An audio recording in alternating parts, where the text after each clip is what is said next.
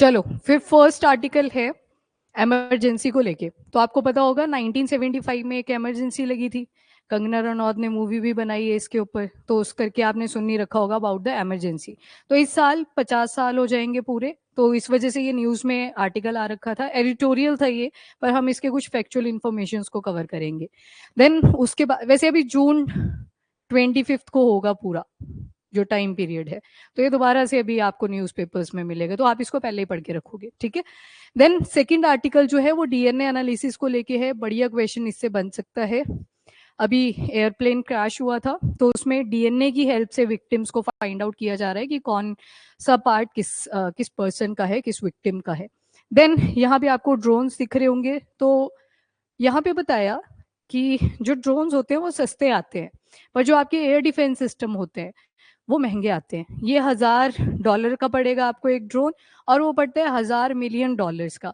और एक ड्रोन इतनी बड़ी मशीनरी को डिस्ट्रॉय कर सकता है। तो डिफेंस की अगर नजर से देखें तो इस चीज को अच्छा नहीं माना जाता कि एक कंट्री है इतना बड़ा मशीन लेके आ रही है और एक ड्रोन आता है और उसको उड़ा के चला जाता है।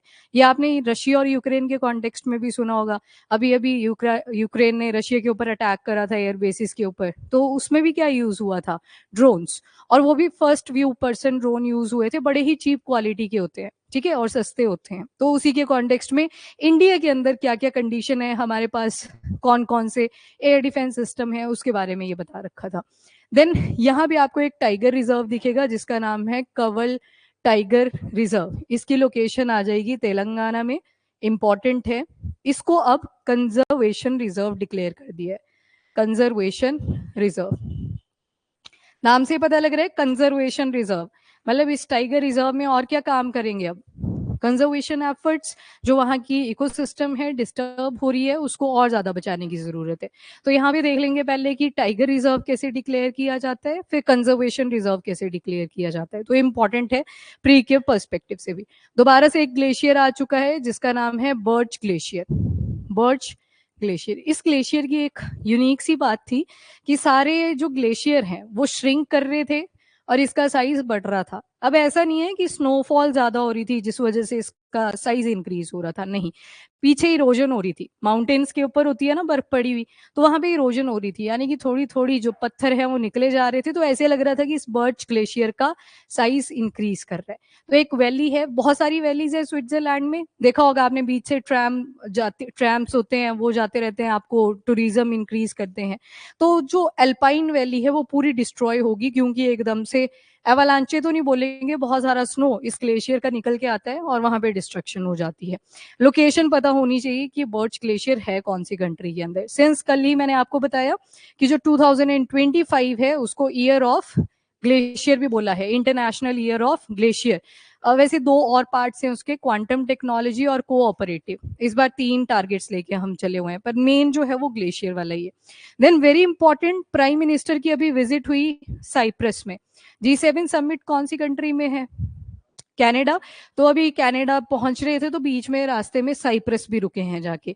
क्या इसका जियोपॉलिटिकल मूव है उसके बारे में भी हमें देखना पड़ेगा।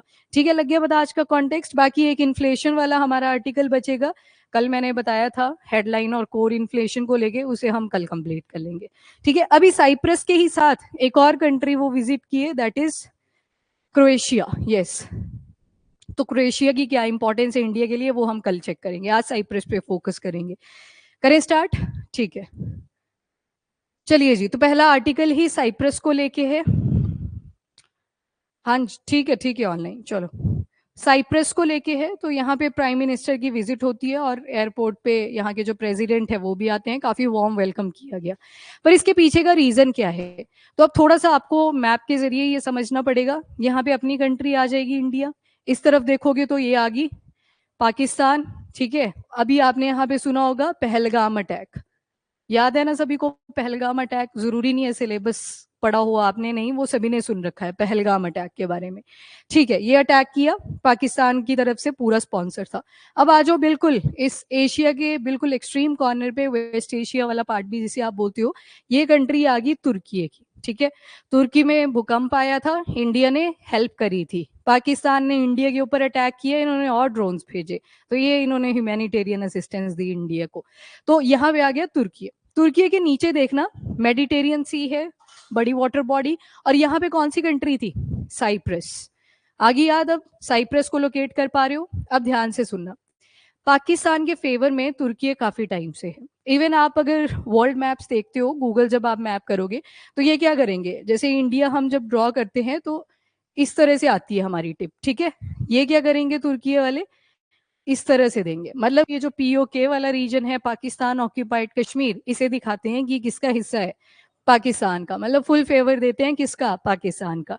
ठीक है जी। अब क्या हुआ, जब पाकिस्तान ने इंडिया के ऊपर अटैक करने शुरू करे तो इन्होंने दिए काफी सारे ड्रोन्स। ड्रोन के नाम आपसे पूछे जा सकते हैं, एक आपने पढ़ा था सोंगर, दूसरा बेरख्तर। नाम याद रखने कौन सी कंट्री के हैं। तो ये जो दोनों ही ड्रोन्स हैं ये तुर्की के हैं। किसको गिफ्ट में दिए थे? पाकिस्तान को दिए थे कि लो यूज करो और इंडिया की जो टेरिटरी है वहां पे इन्वेजन कॉज करो। लगे यहां तक पता? अब क्या हुआ, एक चीज तो अपने को क्लियर होगी कि तुर्की कभी अपने फेवर में नहीं आएगा, इंडिया के फेवर में नहीं आएगा, आप चाहे कितनी हेल्प कर लो। ठीक है, अब नीचे एक छोटी सी कंट्री है जिसका नाम है साइप्रस। अब साइप्रस को थोड़ा और नजदीक से देखो, this one, transcontinental countries को बोलते हैं, ट्रांस कॉन्टिनेंटल, यानी कि एशिया और यूरोप दोनों का ही पार्ट आएगा। इवन अगर तुर्की देखोगे, इजमीर, ये आगे देखो पानी आ गया, उस तरफ को जब जाते हो तो इस्तांबुल वाला रीजन भी किस कॉन्टिनेंट में पड़ता है? यूरोपियन वाले में, ठीक है? वैसे मेजर ऑफ द पार्ट जो है that is located in Asia. अब साइप्रस को थोड़ा और जूम करके देखो। अब ये जो साइप्रस का पार्ट है, ये वाला, इसको कंसीडर कर लो ये नदरन पार्ट है। अगर आप यहाँ पे रिलीजन देखोगे, देखो हर कंट्री के अंदर एथनिसिटी होती है, एथनिक कल्चर होता है अपना अपना, फिर उसके बाद गवर्नमेंट बनी, सभी कंट्रीज के अंदर एक ही सेम स्टोरी थी। साइप्रस में भी सेम चीज हुई। यहाँ पे आज के टाइम पे अगर मैं 75% ऑन एन एवरेज, यहाँ पे 73.2 लिखा है पर बोलने के लिए ईजी हो जाता है, 75% जो पॉपुलेशन है वो क्रिश्चियन है। याद रखिएगा, क्रिश्चियन यहाँ पे सबसे ज्यादा आपको मिलेंगे। अब मैंने बोला एथनिसिटी, क्या होता है, जो लोकल पीपल होते हैं वही डिवाइड कर लेते हैं कि जैसे अगर मैं हिंदू हूं तो हिंदू वाली कम्युनिटी एक साइड बैठ जाएगी, अगर मुस्लिम हूं तो मुस्लिम वाली कम्युनिटी एक साइड आ जाएगी। क्यों? ताकि अपने रिचुअल्स अच्छे से कंडक्ट कर सके। सेम हुआ साइप्रस में। आ जाओ आ जाओ। साइप्रस में क्या हुआ, जो नॉर्थ वाला पोर्शन है यहाँ पे आपको ज्यादा जो पॉपुलेशन है वो मिलती है मुस्लिम। ठीक है, 1970s में तुर्की ने किया साइप्रस के नॉर्थ वाले पार्ट पे अटैक करा, और ये जो हिस्सा है साइप्रस का नॉर्थ वाले पार्ट का, इसको अपने अंडर कर लिया, और आज भी इन्हीं के अंडर है। यहाँ पे झंडे झुंडे लगा दिए हुए हैं कि ये नदरन साइप्रस है, मतलब ये सदरन हो गया पूरा, ये ऊपर वाला रिप्रेजेंट कर दिया नदरन साइप्रस। अब इंडिया गया है तो एक स्ट्रेटेजिक मूव है। इसका क्या मतलब हुआ कि ये जो तुर्की का डिसीजन है कि ये जो नॉर्थ पार्ट है साइप्रस का, दैट इज नदरन साइप्रस, मतलब इससे डिफरेंट है, यही बोल रहे हैं ना इनडायरेक्टली। तो हम इस चीज को कंडेम करते हैं कि अगर तुम पाकिस्तान को सपोर्ट कर सकते हो तो फिर हम भी साइप्रस के फेवर में है। और ऐसा नहीं है साइप्रस के साथ आज ही हमने ये स्ट्रेटेजिक मूव लिया, इससे पहले इंदिरा गांधी भी यहाँ पे विजिट की हैं, देन अटल बिहारी वाजपेयी भी विजिट किए हैं, उसके बाद 23 साल के बाद अगले जो प्राइम मिनिस्टर गए हैं वो मोदी जी के हैं। ठीक है, तो ये स्ट्रेटेजिक मूव है नंबर 1। अब दूसरा, जो ये सारा का सारा एरिया बचा है, इसमें आपको क्रिश्चियन पॉपुलेशन मिल जाएगी, हिंदू, बुद्धिज्म, सिखिज्म, जो भी रिलीजन है वो सारे यहाँ पे आपको मिल जाते हैं। ज्यूइश आगे, कुछ एथीस्ट भी मिलेंगे जिनका किसी भी रिलीजन में कोई विश्वास नहीं है। ठीक है जी, लगी आपको पता थोड़ी सी ज्योग्राफी क्या इनका हिस्टोरिकल कॉन्टेक्स्ट था। डन, चले थोड़ा सा आगे चलो। तो जो साइप्रस है इंडिया को हमेशा से ही सपोर्ट करता हुआ आया है। नंबर 1, जैसे कश्मीर का लेके इशू है, तुर्की का मैंने मैप दिखाया आपको, वो आधा सा जो पीओके वाला एरिया है वो पाकिस्तान में शो करते हैं, पर साइप्रस ने इस चीज को भी कंडेम करा है कि कश्मीर जो है वो इंडिया का ही पार्ट है। नंबर 1। दूसरा, मतलब इंडिया का जो पॉइंट ऑफ व्यू है उनको इन्होंने सपोर्ट किया। इसके अलावा क्रॉस बॉर्डर टेररिज्म, तुर्की ने तो इनडायरेक्टली टेररिज्म को सपोर्ट किया, पर वहीं पे साइप्रस ने इंडिया का फेवर यहाँ पे लिया है कि ये जो टेररिज्म है ये टैकल होना चाहिए। इवन जिस दिन आपने सेंट्रल एशिया वाली कंट्री के साथ जो डायलॉग हुआ था इंडिया का, याद है क्या बोला था वहां पे भी कि यूनाइटेड नेशन की जो कन्वेंशन है टेररिज्म को लेके, उसे और ज्यादा स्ट्रेंथन किया जाए। क्यों? क्योंकि टेररिज्म इंक्रीज कर रहा है इस एरिया के अंदर, अपनी लोकेशन के अंदर। देन अगला जो है काउंटर टू तुर्की है, तो ये तो हमने देख लिया, तुर्की ने सपोर्ट किया पाकिस्तान को, तो इनडायरेक्टली हमने किसको काउंटर कर दिया? तुर्की को। एंड साइप्रस जो है वो तुर्की का राइवल भी है एक तरह से, ऑब्वियस ही बात है। आप एक, अच्छा एक और खास बात, ये जो नॉर्थ वाला पार्ट बोलते हैं ना ये कि ये नदरन साइप्रस है, मतलब यहाँ पे दो कंट्रीज दिखाते हैं तुर्की, एक नदरन साइप्रस वाला एरिया और एक सदरन साइप्रस वाला एरिया। कोई भी नहीं मानता, बस तुर्की ही मानता है। इवन पाकिस्तान भी नहीं बोलता कि ये नदरन साइप्रस है, सिर्फ तुर्की को लगता है कि दिस इज नदरन साइप्रस। झंडे लगाने से ये थोड़ी हो जाता कि तुम मुस्लिम कंट्री बना दी एक अलग से ही। तो इंडिया अगेन इस चीज को भी कंडेम करता है, ठीक है। तो ये सिर्फ तुर्की का मानना है, बाकी यूएस वगैरह कोई नहीं इसको सपोर्ट करता, तो कोई भी इसको कंट्री डिजिग्नेट नहीं करता। एंड 1974 में मैंने आपको बता दिया तुर्की ने अटैक करा था साइप्रस के अंदर। 1970s, जब भी बोलूँ ना इसे 1970s, इवन आप भी इसको यूज कर सकते हो अगर आपको ईयर श्योर नहीं हो, याद नहीं है एग्जैक्ट ईयर क्या था, 70s लगा सकते हो। आपको लगे पता नहीं अब 70s में था कि 80s में था, तो 2 लगा दो, 80s, ठीक है। तो उसको कोई गलत नहीं करेगा, ये मेंस में आपको हेल्प करेगा, ठीक है। चलो, यूरोपियन यूनियन कनेक्शन अब क्या है। साइप्रस 2026 में बैठेगा यूरोपियन काउंसिल के अंदर, तो वहां पे इंडिया भी चाहता है कि हमारा भी स्ट्रॉन्ग स्टैंड जाए। और आपने पढ़ा था P5, याद है, ग्रुप ऑफ 5, ठीक है। G5 तो नहीं बोलेंगे, ग्रुप ऑफ 5 बोल दो, या परमानेंट 5 भी बोल दो। UNSC, United nation security council, जिनको परमानेंट 5 भी बोलते हैं, क्योंकि टोटल मेंबर कितने हैं, 15, जिसमें से 5 जो हैं वो परमानेंटली वहां पे बैठे हुए हैं, बाकी के जो 10 हैं वो नॉन परमानेंट मेंबर होते हैं, कभी कभार आएंगे जब इनविटेशन मिलेगा। कौन कौन सी थी कंट्रीज, यूएस, ठीक है, चाइना, रशिया एंड फ्रांस, ये है उन 5 ग्रुप्स का एक, ये है वो 5 कंट्रीज का ग्रुप, जिनको ग्रुप यूएनएससी के अंदर P5 बोलते हैं, परमानेंट ऑफ 5 बोलते हैं, ठीक है। अब इंडिया भी चाहता है कि ये P5 की जगह पे क्या हो जाए, 6, ताकि जो ग्लोबल साउथ है उसको इंडिया रिप्रेजेंट कर सके। तो साइप्रस कहीं ना कहीं इस बात को उठाएगा जब यूरोपियन यूनियन की काउंसिल को लीड करेगा, ठीक है। तो एक और हमारा एडवांटेज है यहाँ पे। उसके अलावा ऐसा नहीं है कि पहली बार गए हैं, तो इससे पहले prime minister Indira Gandhi 1982, then Atal Bihari Vajpayee 2002 और साइप्रस विजिट कर चुके हैं। तो टॉप लेवल डिप्लोमेसी हमारी पहले से ही एग्जिस्ट करती है विद द साइप्रस। लग गया ये इशू पता, रिलीजियस इशू था। ओके, आपका नाम लास्ट में, राजवीर। करंट अफेयर्स किए पहले आपने, फर्स्ट टाइम है, ठीक है। आप बीच में आए थे ना तो मैंने रोका नहीं टॉपिक उस टाइम। ओके, जो करंट अफेयर्स होते हैं न्यूज़पेपर ही होता है आपका, जो हमारे सिलेबस के पर्सपेक्टिव से इंपॉर्टेंट आर्टिकल्स होते हैं उनको अभी हम कवर करते हैं। तो ये साथ के साथ ही लेके चलना है, क्योंकि न्यूज़पेपर काफी डायनामिक होता है, ठीक है, डेली चेंज होता है, तो आपको साथ में ही कवर करना पड़ेगा, ठीक है जी। ओके, फर्स्ट आर्टिकल के बारे में बताइए, ऑनलाइन भी आपको क्लियर, यहाँ पे क्लियर है सभी को, लग गया पता जियोपॉलिटिकल इशू कैसे देखना है। तो जब भी ऐसा कोई जियोपॉलिटिकल इशू आता है, सबसे पहले आपने मैप ही ओपन करना है, ठीक है, कंट्रीज का पता होना चाहिए। हाँ जी प्रमोद।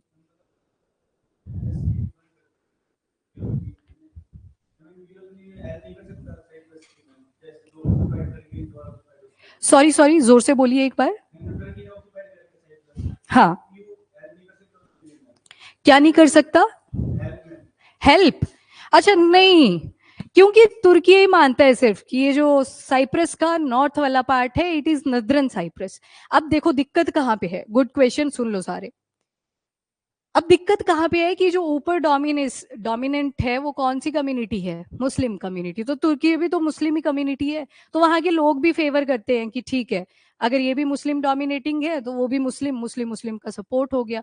तो ये रीजन आता है, लोग भी कंडेम नहीं करते हैं, पर ऑफिशियली किसी ने डिक्लेयर नहीं करा है कि ये एक तरह से सेपरेट कंट्री है। पर वही बात आ गई एथनिसिटी का, एथनिसिटी का डिफरेंस है यहाँ पे, ठीक है। हेल्प तो कर सकते हैं पर वो उस दिन करेंगे ना जब इनको प्रॉब्लम आएगी, अभी लोगों को ही कोई इश्यू नहीं है इस चीज से, ठीक है, लग गया पता, ठीक है। और वो जो आपने कल पढ़ा था आर्टिकल गोल्डन वीजा स्कीम को लेके, वो सिटीजनशिप स्पेसिफिक था, ठीक है, ये वाला इशू डिफरेंट है उससे। चलिए जी, करें फिर शुरू अगला आर्टिकल, ठीक है, इमरजेंसी को लेके। यस मैम, क्लियर मैम, ठीक है। चलो, इमरजेंसी को हो जाएंगे 50 साल, कब होंगे तो 25 जून। लगी कब थी ये, तो 1975। और आज तक नेशनल इमरजेंसी लगी है 3 बार, टोटल 3 बार। अब यहाँ पे पहले बेसिक सा सुन लो, जो आप पॉलिटी के अंदर भी कवर करोगे। तो जब आप पॉलिटी पढ़ोगे ना तो उसके अंदर बहुत सारे पार्ट्स होते हैं, उसी में एक पार्ट आएगा पार्ट नंबर 18, जिसमें इमरजेंसी के प्रोविजन दे रखे हैं। वहां पे आप पूरा डिटेल में पढ़ोगे कि नेशनल इमरजेंसी कैसे लगती है, स्टेट कैसे लगती है और फाइनेंशियल कैसे लगती है, ठीक है। अभी हम मेजोरिटी वगैरह के ऊपर फोकस नहीं करेंगे, हम बस टू द फैक्ट जो पॉइंट्स हैं उन्हीं के ऊपर फोकस करेंगे। इमरजेंसी में भी आपको पहले तो 3 आर्टिकल्स याद रखने हैं। एक है आपका 352, 352 में 4 ऐड कर लो, +4 कितना आ जाएगा, 356, देन फिर से +4 ऐड कर लो, कितना आ जाएगा 360। तो सबसे पहले जो इमरजेंसी आती है आपकी वो है नेशनल इमरजेंसी, यानी कि पूरे देश पे या फिर कुछ एरिया भी हो सकता है जिसके ऊपर आपने नेशनल इमरजेंसी को इम्पोज कर दिया। Number 1।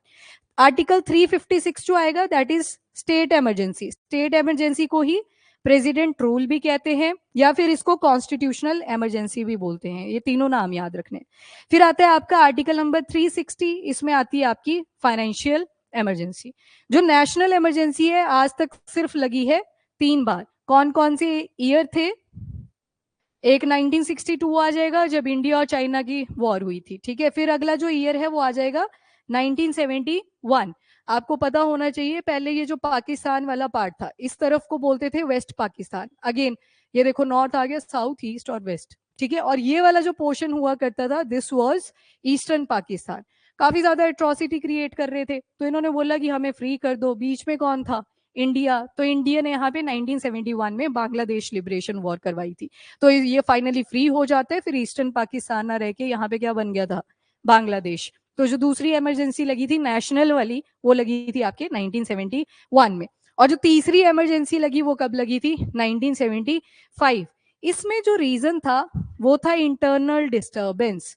Very important word, internal disturbance. अब ये जो शब्द है ना इंटरनल डिस्टर्बेंस, हो सकता है गवर्नमेंट के बीच में कोई डिस्टर्बेंस हो तो वो भी तो इंटरनल डिस्टर्बेंस है। और जो 1975 की लगी थी कहीं ना कहीं वो पॉलिटिकल डिस्टर्बेंस ही थी, तभी तो उसको डार्क फेज माना जाता है जो 1975 की इमरजेंसी लगी थी, ठीक है। काफी सारी अमेंडमेंट्स करी यहाँ पे सरकार ने, जिसमें से आपको एक याद रखनी है वो है 42nd वाली, जिसको मिनी कॉन्स्टिट्यूशन के नाम से भी जाना जाता है। मिनी कॉन्स्टिट्यूशन क्यों बोला? इतनी बड़ी बुक है कॉन्स्टिट्यूशन की, यहाँ पे देखो इतनी सारी अमेंडमेंट्स करी, हर चीज में चेंजेस करे, प्राइम मिनिस्टर के पास ज्यादा पावर अलॉट करने की ट्राई करी गई। वैसे एक्चुअल रियल पावर जो होती है वो प्राइम मिनिस्टर के पास ही होती है, पर सिग्नेचर तो प्रेसिडेंट के ही लगते हैं ना, होल्ड भी तो कर लेते हैं वो बिल्स को। तो इसी वजह से क्या हुआ था, ये जो 42nd थी इसको बोला जाता है मिनी कॉन्स्टिट्यूशन। आपके स्टेट एग्जाम वगैरह में आज भी एक क्वेश्चन पूछा जाता है 42nd वाला। लग गया यहाँ तक पता? और अगर बात करें स्टेट इमरजेंसी की which is in article number 356, इसी को क्या बोलते हैं? और कॉन्स्टिट्यूशनल इमरजेंसी, मतलब जो स्टेट होती है वो कॉन्स्टिट्यूशन के दायरे में नहीं चल रही होती। और फिर चुगली कौन कर देता है? गवर्नर। क्योंकि गवर्नर क्या है? प्रेसिडेंट के और स्टेट गवर्नमेंट के बीच में एक ब्रिज की तरह एक्ट करता है। मतलब जो भी स्टेट के अंदर चल रहा है गवर्नर सारी इंफॉर्मेशन किसको देता है? प्रेसिडेंट को। तभी तो किसी भी स्टेट का गवर्नर अपनी स्टेट का नहीं होता, किसी और स्टेट से लाया जाता है ताकि अच्छे से चुगली कर रहे हैं आगे चल के, ठीक है। तो इंपॉर्टेंट रोल प्ले करता है। ये जो स्टेट इमरजेंसी है आई थिंक अराउंड 126 टाइम्स लगी है। एक बार आप नंबर चेक कर लेना, मोर देन 120 लग चुकी है। ये 133 भी हो सकता है नंबर, एक बार आप चेक कर लेंगे। तो एक चीज तो अपने को क्लियर है कि स्टेट इमरजेंसी कभी भी लग सकती है। एक बार आप कॉन्स्टिट्यूशन के दायरे से बाहर गए, यहाँ पे स्टेट इमरजेंसी इंपोज करी जा सकती है। देन आती है आपकी article number 360 which is financial emergency, जो लग सकती थी 1991 में, जब हमारे पास सिर्फ 15 दिन का पैसा बचा हुआ था, बस 15 दिन के रिजर्व से, उसके बाद हमने खाली हो जाना था। पता नहीं कौन सी कंट्री ने आगे डोमिनेट कर लेना था। डॉक्टर मनमोहन सिंह जी का टाइम पीरियड आप सुनते हो। फिर आए थे LPG reforms, liquefied petroleum gas, पर ये वो नहीं है, ये लिबरलाइज, हाँ ठीक है ठीक है, प्राइवेटाइजेशन और ग्लोबलाइजेशन था। एलपीजी रिफॉर्म्स के नाम से इनको जाना जाता है। तो हम बच गए थे, हमारे इंडिया के अंदर फाइनेंशियल इमरजेंसी नहीं लगी है।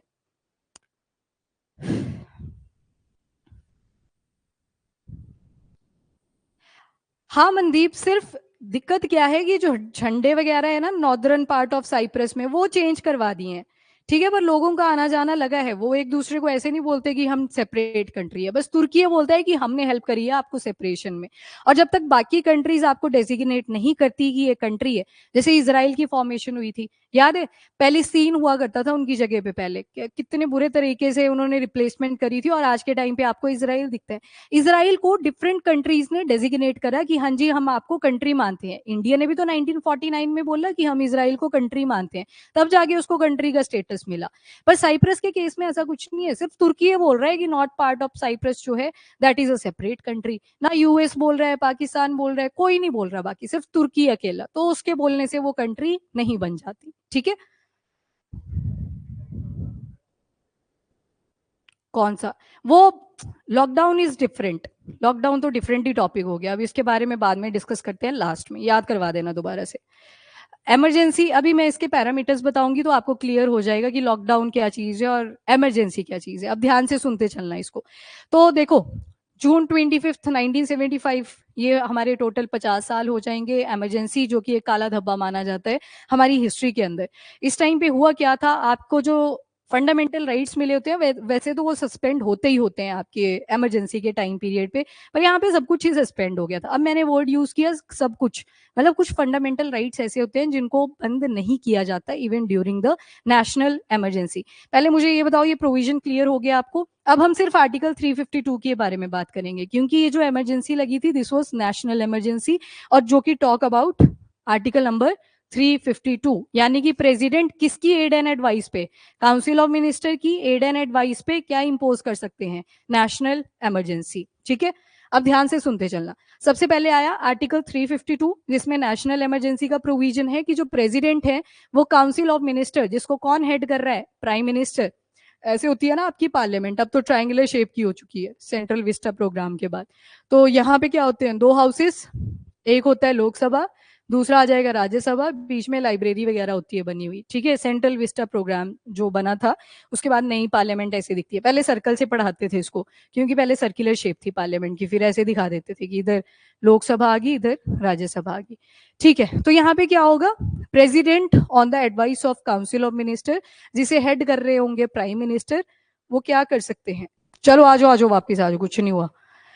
ठीक है जी, तो 352 के अंदर हमने देख लिया कि नेशनल इमरजेंसी लग सकती है। अब आते हैं पैरामीटर, किन बेसिस पे आप नेशनल इमरजेंसी को लगा सकते हो। तो पहली जो कंडीशन बताई है वो है वॉर। तो कोविड-19 वॉर नहीं था, लग गया पहला डिफरेंस पता। पर 1962 में हमने बोला कि पहली नेशनल इमरजेंसी लगी थी जब हुआ था Indo Sino war. Sino word हम चाइना के लिए यूज करते हैं। ठीक है, तो वो जो वॉर हुई थी, आ गया ना पहला पैरामीटर, लग सकती है नेशनल इमरजेंसी। ठीक है, नंबर 2, एक्सटर्नल एग्रेशन। तो वॉर या फिर एक्सटर्नल एग्रेशन भी इसी को बोल सकते हैं, हो सकता है दूसरे टैक्टिक्स का यूज करके वॉर यहाँ पे इंड्यूस करी गई हो। फिर आते हैं आर्म रिबेलियन। आर्म्ड रिबेलियन मतलब, हाँ जी बताओ, आर्म्ड रिबेलियन नाम से ही, अजितेश। ठीक है, यहाँ पे आर्मी या फिर और क्या आ सकता है, नक्सलिज्म, जिनके पास वेपन्स होंगे, आर्म्ड एम्यूनिशन, तो वो उन्होंने कोई रिबेलियन क्रिएट कर दिया है, तो उन बेसिस के ऊपर आप नेशनल इमरजेंसी को इम्पोज कर सकते हो। अब पीछे हमने क्या वर्ड पढ़ा, इंटरनल डिस्टर्बेंस, ये पहले हुआ करता था, बाद में इसको रिपील कर दिया गया है कॉन्स्टिट्यूशन के अंदर, क्योंकि इंटरनल डिस्टर्बेंस तो एक ब्रॉड वर्ड है। अगर पॉलिटिक्स के अंदर, मतलब पॉलिटिकल पार्टीज के अंदर कोई डिस्टर्बेंस आई है तो उसको भी आप क्या बोल सकते हो कि हाँ जी एक रीजन है कि नेशनल इमरजेंसी इंपोज करी जा सकती है। तो ये वाला वर्ड जो है वो अब रिमूव कर दिया है। यहाँ पे आपके पास क्या बचेंगे, वॉर, एक्सटर्नल एग्रेशन और आर्म्ड रिबेलियन। पर कोविड-19 तो यहाँ पे कहीं पे भी फिट नहीं बैठ रहा है। ठीक है, वो डिजीज से रिलेटेड था। लग गया ना पता कि क्यों वो इमरजेंसी के अंडर नहीं आता है। बाकी बीमारियों वाला टॉपिक कर लेंगे एक आधा दिन, वहां पे पेंडेमिक, एंडेमिक, एपिडेमिक, वो सारी टर्म्स भी देख लेंगे। ठीक है, अभी है नहीं कुछ न्यूज में वैसा, तो अवॉइड ही कर रही हूं मैं। अब आते हैं, जैसे ही आपने आर्टिकल 352 को इम्पोज किया, मतलब नेशनल इमरजेंसी को इम्पोज कर दिया, वॉर, एक्सटर्नल एग्रेशन या फिर आर्म्ड रिवेलियन के बेसिस पे, अब अल्टीमेटली आपका एक आर्टिकल एक्टिवेट होगा विच इज आर्टिकल नंबर 358। अब इसको ध्यान से सुनना, जैसे ही आपने आर्टिकल नंबर 352 इम्पोज कर दिया, क्या आ गई, नेशनल इमरजेंसी। अब उसी के चलते एक और आर्टिकल है, दैट इज आर्टिकल नंबर 358, ये भी अपने आप ही एक्टिवेट हो जाएगा, ये कॉन्स्टिट्यूशन के अंदर लिखा है। अब जैसे ही आर्टिकल एक्टिवेट हुआ, ये क्या करेगा, आपके आर्टिकल नंबर 19 को सस्पेंड कर देगा। और सस्पेंड में ही तो क्या था, free speech, expression, freedom of speech and expression, वो हो गया सस्पेंड। कैसे हुआ, 352 एक्टिवेटेड, नेशनल इमरजेंसी इम्पोज्ड, उसी के जरिए आर्टिकल 358 यहाँ पे एक्टिवेट हुआ, जिसमें क्या लिखा गया है कि जो फंडामेंटल राइट्स दिए गए हैं हर इंसान को हमारी कंट्री के अंदर, वो सस्पेंड हो रहे हैं। मतलब आर्टिकल 19 यहाँ पे सस्पेंड कर दिया, कौन से आर्टिकल ने, आर्टिकल नंबर 358। अब जब आर्टिकल 352 को आपने इम्पोज किया, एक और आर्टिकल वहां पे एक्टिवेट होगा, दैट इज आर्टिकल नंबर 359। ये बोलता है कि नहीं, जितने भी फंडामेंटल राइट्स हैं सभी को सस्पेंड कर दो, सिर्फ दो नहीं होंगे, कौन कौन से, एक है आपका आर्टिकल 20 और दूसरा है आर्टिकल नंबर 21। अब मैं बार बार वर्ड यूज कर रही हूँ, फंडामेंटल राइट। फंडामेंटल राइट है जो आपको जन्म से ही मिल गए थे, ठीक है, आप पैदा हुए थे आपको तभी से मिल गए थे। जैसे जो वोटिंग का राइट है वो भी तो फंडामेंटल राइट है ना? कितने बोलते हैं है ना? नहीं, वो आप जब 18 साल के होते हो तब जाके आपको मिलते हैं। तो मतलब right to vote is not fundamental right, पहली चीज आपने याद रखनी है। अब जो पॉलिटी आप पढ़ोगे तो पार्ट नंबर 3 के अंदर ही आपके फंडामेंटल राइट्स आएंगे फ्रॉम आर्टिकल नंबर 12 से शुरू हो जाते हैं स्टेट वगैरह जहां से डिफाइन शुरू होती है। कहां तक? नो, 35, फिर 36 में आपके डीपीएसपी शुरू हो जाएंगे। तो ये आ गया आपके फंडामेंटल राइट्स। तो ये सारे आर्टिकल क्या हुए? सस्पेंड हुए। कौन से आर्टिकल के तहत? आर्टिकल 359। पर एक्सेप्शन है, कौन से दो नहीं बंद होंगे? वो है आर्टिकल नंबर 20 और आर्टिकल नंबर 21। आर्टिकल 21 बहुत ईजी है, ये बोलते हैं आपको जीने का अधिकार है। तो इमरजेंसी लगी हो, जो मर्जी लगा हो, आपका जीने का अधिकार थोड़ी छीनेंगे आपसे। तो इस वजह से ये एक्सेप्शन में डाल दिया। और आर्टिकल 20 ये आपको कन्विक्शन से बचाता है, ठीक है। कन्विक्शन मतलब आपको कोई भी ऐसे ही नहीं ले जाएगा, पुलिस केस कचहरी के चक्कर में नहीं डालेगा जब इमरजेंसी चल रही होगी।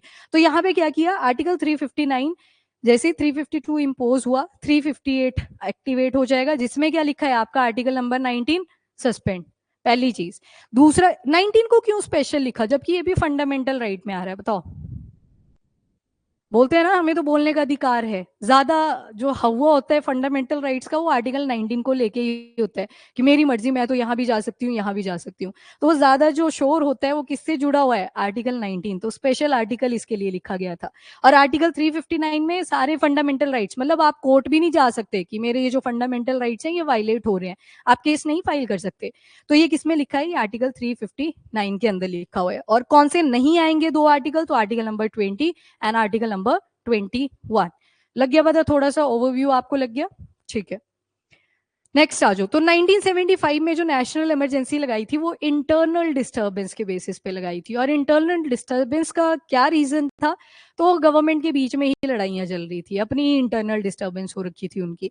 एंड इसके बाद इमरजेंसी के बाद जो पहले लगी थी वो 1962 की थी और दूसरी थी 1971। अब याद रखना, जब इंदिरा गांधी की गवर्नमेंट थी तो जो अमेंडमेंट करी गई थी, कल आपने सिलेबस डिस्कस किया होगा तो वहां पे संविधान संशोधन की बात हुई होगी कि अगर आपको चेंजेस करने हैं कॉन्स्टिट्यूशन के अंदर तो अप्रूवल लेने पड़ते हैं जो वहां पे मेंबर्स बैठे होते हैं पार्लियामेंट के अंदर। इतना याद है ना सभी को? तो वैसे ही अप्रूवल लेके एक अमेंडमेंट करी गई थी which is 42nd constitutional amendment act. इसमें क्या बोला गया कि जब इमरजेंसी इम्पोज करी जाएगी, नेशनल इमरजेंसी इम्पोज करी जाएगी, तो इसके ऊपर जुडिशियल रिव्यू नहीं होगा। अब मैंने बोला जुडिशियल रिव्यू, आपके 4 पिलर आते हैं जब भी आप डेमोक्रेसी के बारे में पढ़ते हो। कौन कौन से थे? सबसे पहले आता है लेजिस्लेचर। लेजिस्लेचर का मतलब है लॉ मेकिंग, यहाँ पे लॉ बनेगा, रूल एंड रेगुलेशन बनेंगे। फिर आता है आपका जुडिशरी। जुडिशरी चेक करेगा किसको? ये जो लॉ यहाँ पे लेजिस्लेचर ने बनाया कि ये ठीक है या नहीं है, क्या इससे फंडामेंटल राइट तो नहीं वायलेट हो रहे किसी भी सिटीजन के। बीच में आएगी एग्जीक्यूटिव। एग्जीक्यूटिव यानी कि आप जिस पेपर के लिए आप प्रिपेयर कर रहे हो, ये इंप्लीमेंट करते हैं जो भी पॉलिसी सरकारों ने बनाई होती हैं। तो ये जो लॉ था इसको चेक किसने किया? जुडिशरी ने। और इसको इंप्लीमेंट किसने किया? एग्जीक्यूटिव ने।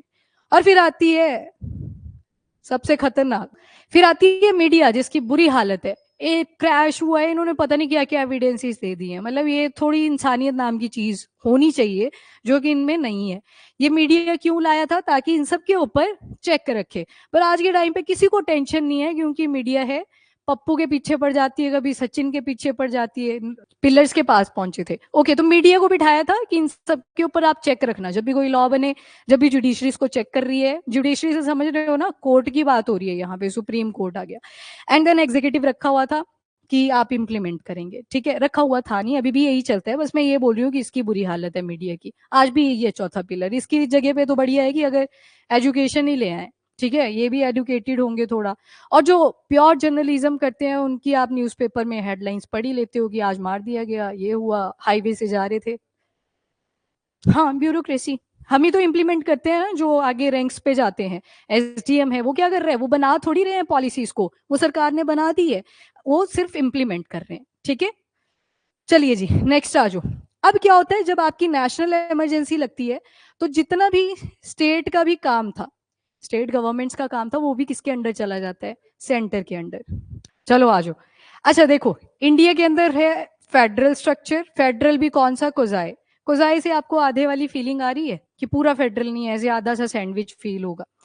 आपका एक शेड्यूल है, अनुसूची है, पॉलिटी में आप डिटेल में पढ़ोगे, शेड्यूल नंबर 7 में बोलता है डिस्ट्रीब्यूशन ऑफ पावर। ऐसे नहीं होगी सारी की सारी पावर ही सेंटर के पास चलेगी, ऐसा भी नहीं होगी सारी की सारी पावर स्टेट गवर्नमेंट के पास ही चलेगी, और ऐसा भी नहीं होना चाहिए कि सारी की सारी पावर लोकल गवर्नमेंट के पास चलेगी। तो यहाँ पे शेड्यूल 7 में क्या किया, एक हायरार्की बनी, पावर को डिवाइड करा, सेंटर, सेंटर के नीचे आएगा स्टेट, और स्टेट के नीचे आएगी लोकल गवर्नमेंट्स, पंचायत होगी आपकी, म्यूनिसिपैलिटीज होगी, वो सब किस में आ गई, लोकल गवर्नमेंट के अंदर। पर कैसा नेचर है कोजाए, कोजाए का मतलब है कि इक्वल डिस्ट्रीब्यूशन तो नहीं होगा, मेन जो होल्ड रहेगा वो किसका है, सेंटर का। मतलब centre is like a principal, और जो आगे आपका स्टेट है ये वाइस प्रिंसिपल, और ये बाकी लोकल गवर्नमेंट वाले टीचर्स आ जाएंगे। मतलब यहाँ पे आपको क्या दिख रहा है, मेन होल्ड किसका दिखेगा, सेंटर का, पर पूरा भी होल्ड नहीं है, ठीक है। पर इमरजेंसी के टाइम पे सारा किसके पास चला जाता है, सेंटर के पास, ठीक है। तो ये जो स्टेट लिस्ट में जितने भी प्रोविजन लिखे हैं वो सारा कौन देखने वाला है, सेंटर ही देखने वाला है। पर हमने क्या बोला, सारा का सारा काम कौन करेगा, सेंटर। और जब सारा का सारा काम सेंटर करती है तो उस फीचर को बोलते हैं कॉन्स्टिट्यूशन के यूनिटरी फीचर, ठीक है। फेडरल कौन सा था, जब तक पावर डिवाइडेड थी। अब जब सारे काम कौन करने वाला है, सेंटर, तो उस फीचर को हम क्या बोलेंगे, यूनिटरी फीचर। ये आप पढ़ोगे जब कॉन्स्टिट्यूशन, मेकिंग ऑफ कॉन्स्टिट्यूशन वाला चैप्टर आएगा, पहला की दूसरा ही पढ़ते हैं उसको, तो वहां पे ये फीचर्स आते हैं, ठीक है, समझ गए। तो इमरजेंसी के टाइम पे हम यूनिटरी फीचर में चले जाते हैं। चलिए जी नेक्स्ट, बाकी पॉलिटिकल एंड सोशल सर्कमस्टांसिस क्या थे जो इमरजेंसी को लीड करते हैं। तो देखो 1966 में इलेक्शन होता है, और 1969 में कांग्रेस का स्प्लिट हो जाता है, क्योंकि ये माना जाता है इंदिरा गांधी जी थोड़ी वायलेशन क्रिएट कर रही थी, जो एक रूल्स और रेगुलेशन बने होते हैं किसी भी पार्टी के। और इसके अलावा एक और पॉइंट याद रखना, लोकसभा का जो टेन्योर होता है वैसे कितना होता है, 5 साल, पर नेशनल इमरजेंसी के बाद क्या करते हैं, 1 साल और ऐड कर देते हैं, मतलब 6 साल का टेन्योर हो जाता है नेशनल इमरजेंसी के टाइम पे। अब 1973 टू 75 में क्या हुआ, पॉलिटिकल अनरेस्ट हो जाता है कि हटाओ ये हमारा प्राइम मिनिस्टर ठीक नहीं है, अनरेस्ट यहाँ पे डेवलप हुआ। 1974 में जो ऑपोजिशन के लीडर थे राज नारायण, उन्होंने एक कंप्लेंट फाइल कर दी कि जो इलेक्शन हुए थे प्राइम मिनिस्टर इंदिरा गांधी ने वहां पे घोटाला किया था। देन 1975 में इलाहाबाद हाई कोर्ट ने क्या किया, जो इंदिरा गांधी थी उनको बोल दिया कि ये गिल्टी हैं, और इन्होंने इलेक्टोरल जब कैंपेन हुए थे उसमें कुछ प्रॉब्लम्स किए थे, घोटाले किए थे। पर फिर 1975 के ही जून 24, लगभग 12 दिन के बाद सुप्रीम कोर्ट ने ये जो जजमेंट दी थी, इलाहाबाद हाई कोर्ट ने इसको सस्पेंड कर दिया। पर हाँ, जो इंदिरा गांधी जी के इलेक्शन थे उनको नल एंड वॉइड डिक्लेयर कर दिया कि उनका कोई रेलिवेंस नहीं है जो इलेक्शन हुए हैं। मतलब और जांच करनी थी, यहाँ पे जांच पड़ताल का काम था। फिर उसके बाद 1975 फाइनली ये वो दिन था जब इंदिरा गांधी ने दिमाग चलाया, और फखरुद्दीन उस टाइम पे प्रेसिडेंट थे। और अभी आपने क्या पढ़ा आर्टिकल 352 में, कि प्रेसिडेंट साइन करेंगे मेन किसकी एड एंड एडवाइस पे, काउंसिल ऑफ मिनिस्टर की एड एंड एडवाइस पे, जिनको कौन हेड करेगा, प्राइम मिनिस्टर। फखरुद्दीन को बोला इंदिरा गांधी ने, चलो भाई लगाओ नेशनल इमरजेंसी, और फाइनली जून 25 1975 को नेशनल इमरजेंसी इंपोज हो जाती है। पीछे देखा ना कितना ज्यादा अनरेस्ट हो गया था, केस कोर्ट तक जा चुका था, पहले हाई कोर्ट गया फिर सुप्रीम कोर्ट ने इंटरवेन करा, ठीक है। तो ये सारे केसेस यहाँ पे हुए थे। अब जो प्रेस है वो भी सारी यहाँ पे बंद है, न्यूज़पेपर है उनके ऊपर प्री सेंसरशिप लगा दी गई है। प्री सेंसरशिप का क्या मतलब होता है,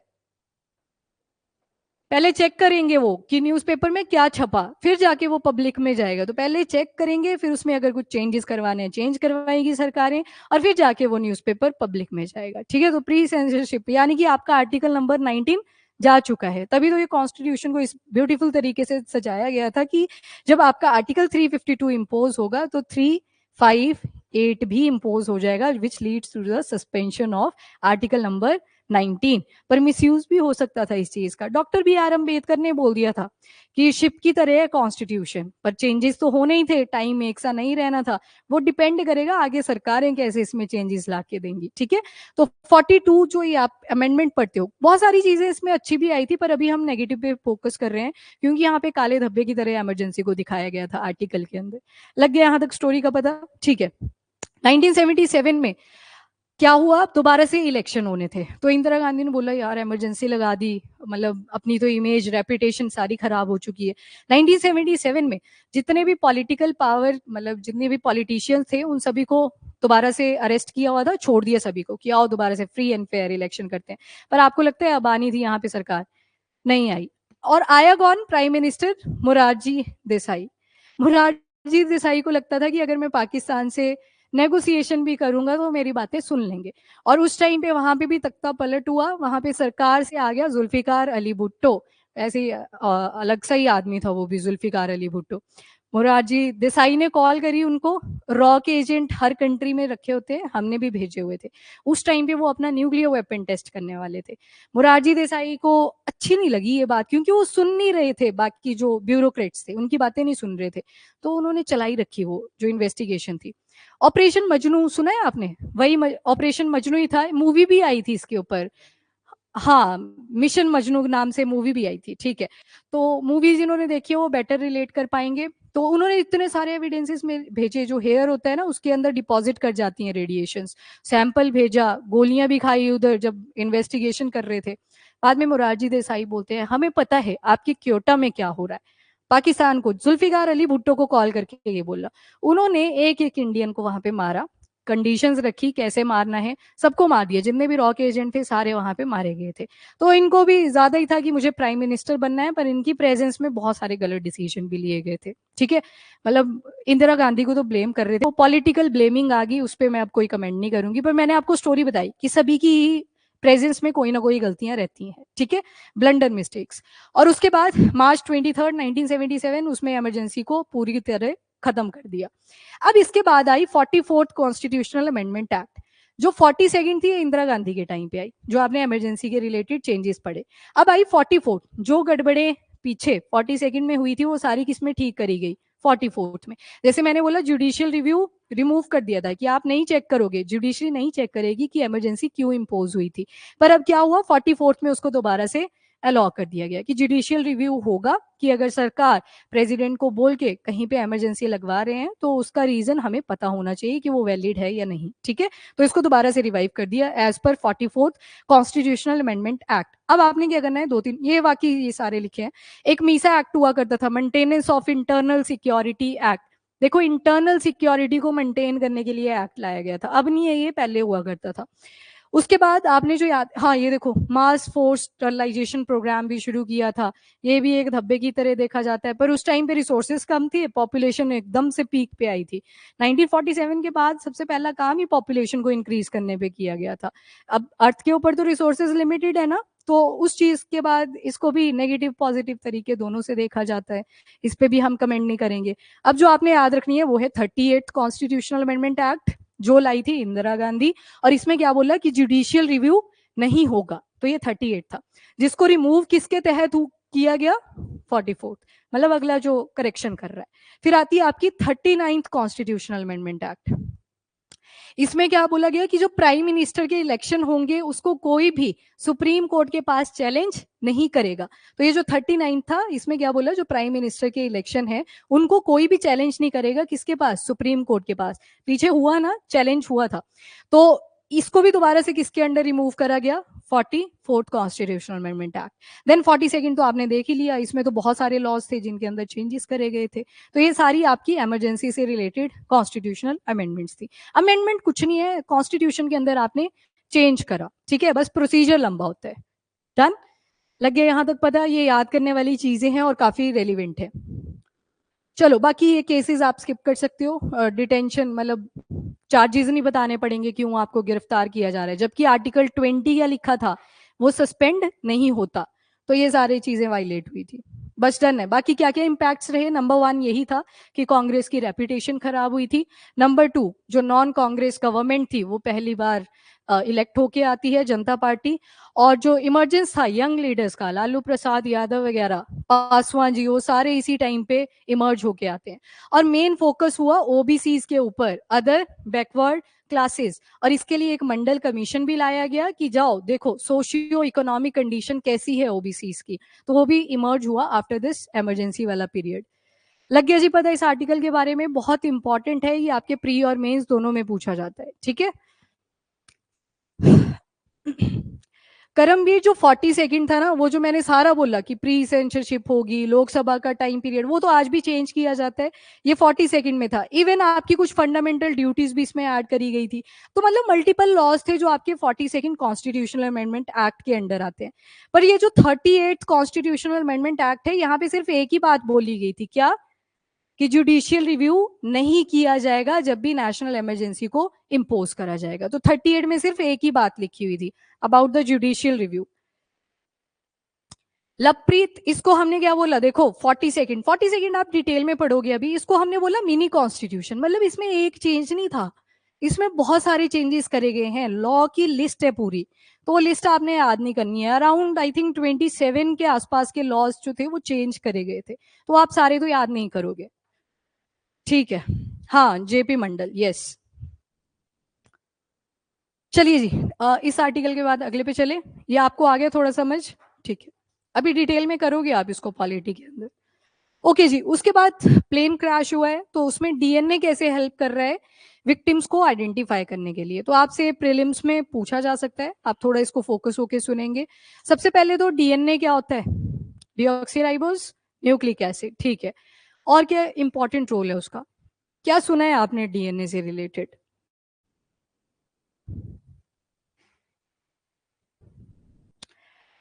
अच्छा नहीं करमवीर, मैंने तो अमेंडमेंट का नाम ही नहीं लिया था। 38 वाली जो अमेंडमेंट है उसमें स्पेसिफिक लिखा हुआ था कि जो जुडिशियल रिव्यू है इमरजेंसी के टाइम पे नहीं किया जाएगा। मैंने अमेंडमेंट थोड़ी बोली थी उस टाइम पे, बस ये बोला था कि 42 जो है वो मिनी कॉन्स्टिट्यूशन की तरह एक्ट करेगा। उसमें बाकी के लॉज चेंज करे गए थे। ठीक है, तो एक जो आपने अमेंडमेंट ध्यान में रखनी है वो 38 वाली है। चलो, हाँ जी ठीक है। फादर और बच्चों का सेम होता है डीएनए, सिर्फ फादर और बच्चों का सेम होता है। ठीक है, और? अच्छा ठीक है, और?